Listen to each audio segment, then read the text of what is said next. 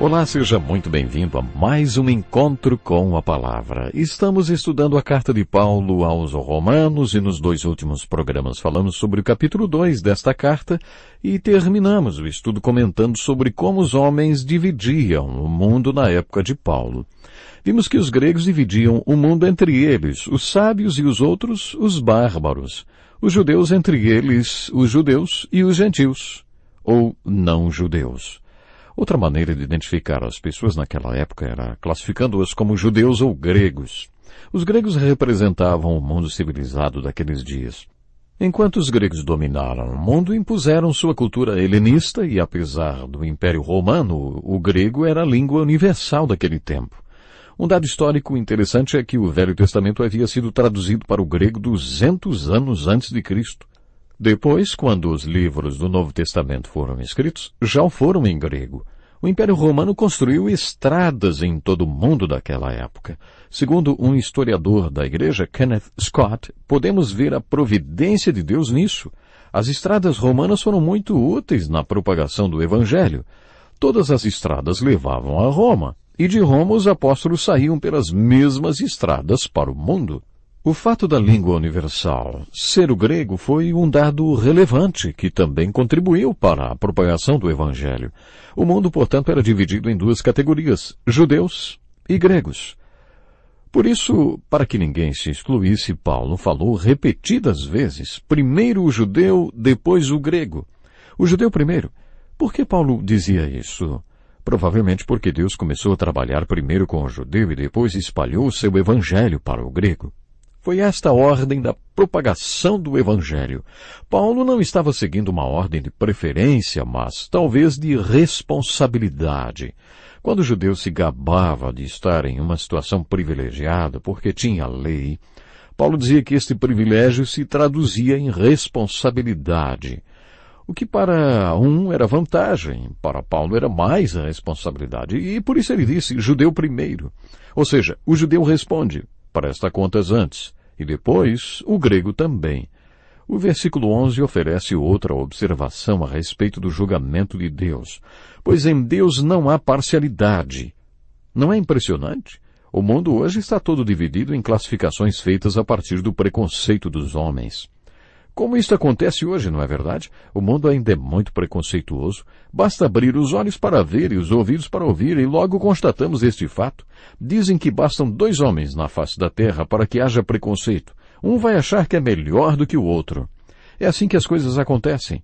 E quando surgiu a questão do preconceito, Paulo afirmou que o julgamento de Deus é imparcial, absolutamente sem distinção nem tratamento especial para ninguém.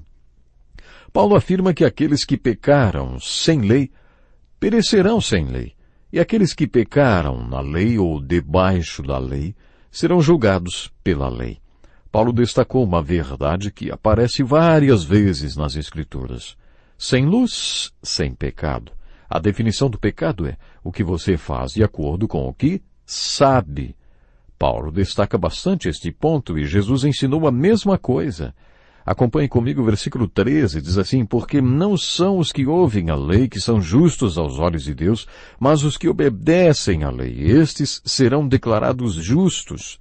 Esta verdade é enfatizada sempre que a lei é ensinada.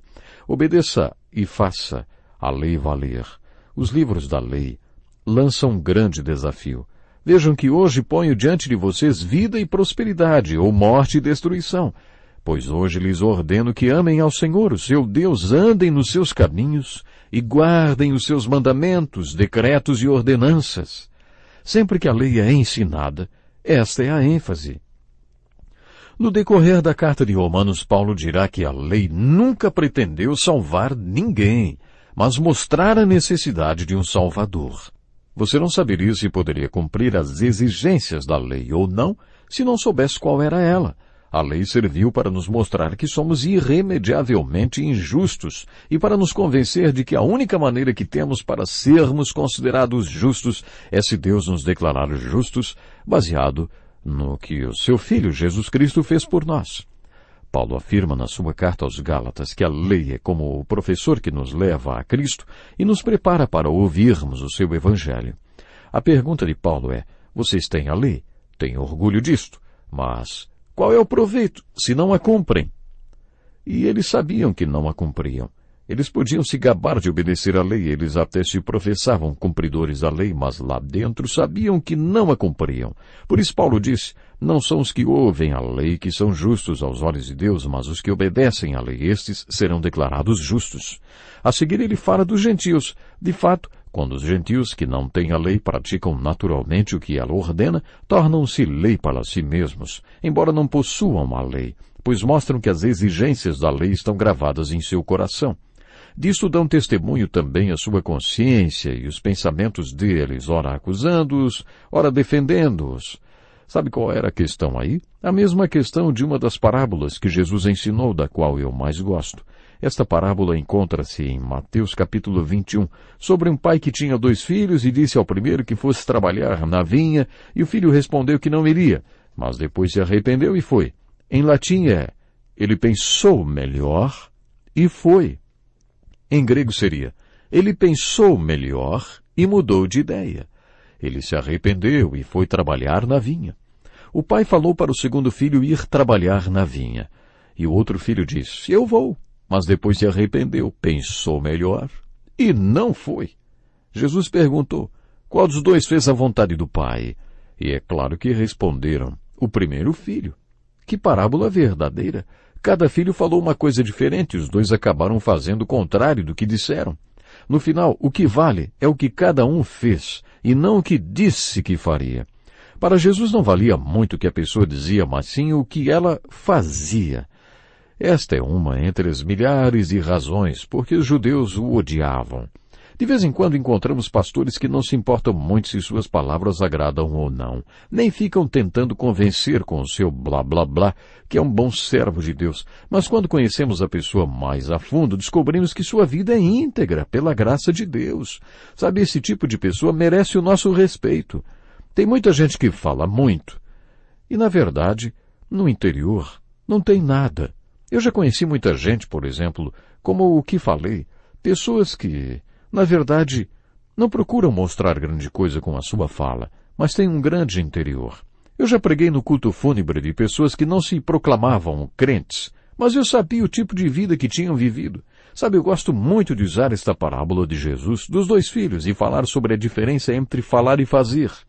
Isto pode servir de consolo para a família daquela pessoa que morreu, mas que apesar de nunca ter se professado crente, revelou no que cria através do tipo de vida que viveu. Você sabe que isto conta muito, mas o que Paulo estava dizendo nesta carta é que os judeus eram muito bons em falar. Puxa, como eles gostavam de se gabar! Às vezes os gentios ganhavam dos judeus no procedimento, em boas obras, no comportamento. Por isso Paulo diz que muitas vezes os gentios não tinham a lei, mas viviam como se a tivessem, e os judeus que tinham a lei não viviam como pessoas que conheciam a lei. A seguir, Paulo diz que os gentios tornavam-se lei para eles mesmos quando a praticavam. Ele não diz que isto trazia salvação. Falaremos mais sobre isto um pouco mais tarde. O que ele estava dizendo é que seria mais fácil para eles no dia do julgamento. Já no versículo 16 do capítulo 2 de Romanos, Paulo deu mais um detalhe do julgamento. Isso tudo se verá no dia em que Deus julgar os segredos dos homens, mediante Jesus Cristo, conforme o declara o meu Evangelho. Encontramos mais um consolo ou um terrível desafio. Ouvi muitas vezes um pregador do interior falar que existem tantos pecados secretos na terra, mas que Jesus afirmou que não há nada sobre a terra que não seja revelado no céu. Ele dizia, você pode achar que vai se safar deste seu pecado, mas lá no céu os anjos estão subindo e descendo as ruas gritando, extra, extra, leia tudo sobre o pecado do fulano que anda fazendo isto e aquilo, extra, extra. Não há nada que esteja em segredo, que não venha a ser revelado um dia. Se tivermos algum pecado secreto em nossa vida, esse é um desafio e tanto, porque conforme Paulo falou, Deus julgará os segredos dos homens. Ao mesmo tempo, isto pode servir de consolo caso você seja uma daquelas pessoas que faz tanta coisa boa e ninguém jamais fica sabendo, só Deus. É assim que vai ser. Jesus advertiu contra tocar trombetas quando estivermos ajudando alguém. Os hipócritas que fazem isso. Imagine uma rua super agitada e na esquina um mendigo pedindo esmola. A banda começa a tocar quando um homem se aproxima, todo bem vestido, para dar uma moeda para o mendigo e todos olham para ver o que vai acontecer. Jesus disse que tudo o que fazem é para serem vistos pelos homens. Jesus ensinou, quando você der esmola, que sua mão esquerda não saiba o que está fazendo a direita, de forma que você preste a sua ajuda em segredo. E seu Pai, que vê o que é feito em segredo, o recompensará. Se você acredita no Deus que tudo vê, então ninguém mais precisa ver. Se você não acredita no Deus que vê, sente a necessidade de que todos vejam o que você está fazendo. Mas Paulo diz que no dia do julgamento tudo será revelado. Na próxima parte deste capítulo, o capítulo 2 em Romanos, dos versículos 17 a 24, Paulo atinge os judeus. Dá para perceber com a argumentação, que vai esquentando cada vez mais, quando ele passa a falar com eles. Ora, você leva o nome de judeu, apoia-se na lei e orgulha-se de Deus. Isto era o que eles professavam, uma declaração que não tinha nada a ver com a maneira como viviam. Você conhece a vontade de Deus e aprova o que é superior porque é instruído pela lei. Você está convencido de que é guia de cegos, luz para os que estão em trevas, instrutor de insensatos, mestre de crianças. Aquelas pessoas que acham que sabem muito referem-se a outras pessoas como se elas fossem crianças. Sabe, eu acho isso bem impressionante. Você já tinha reparado nisso? Pois é, os judeus faziam isso. Eles é que sabiam tudo e os outros eram crianças para eles. E era isso que Paulo estava combatendo. Aquele judeu tinha tanto orgulho de tudo que sabia. Ele se achava um mestre de crianças. Todo mundo para ele era criança e ele era um mestre maduro. Observe quantas vezes Paulo questiona o seu leitor. E então, você que ensina os outros, não ensina a si mesmo? Você que prega contra o furto, furta? Do que Paulo estava falando? Ele estava falando de atitudes. É isso mesmo. Paulo estava falando de atitudes.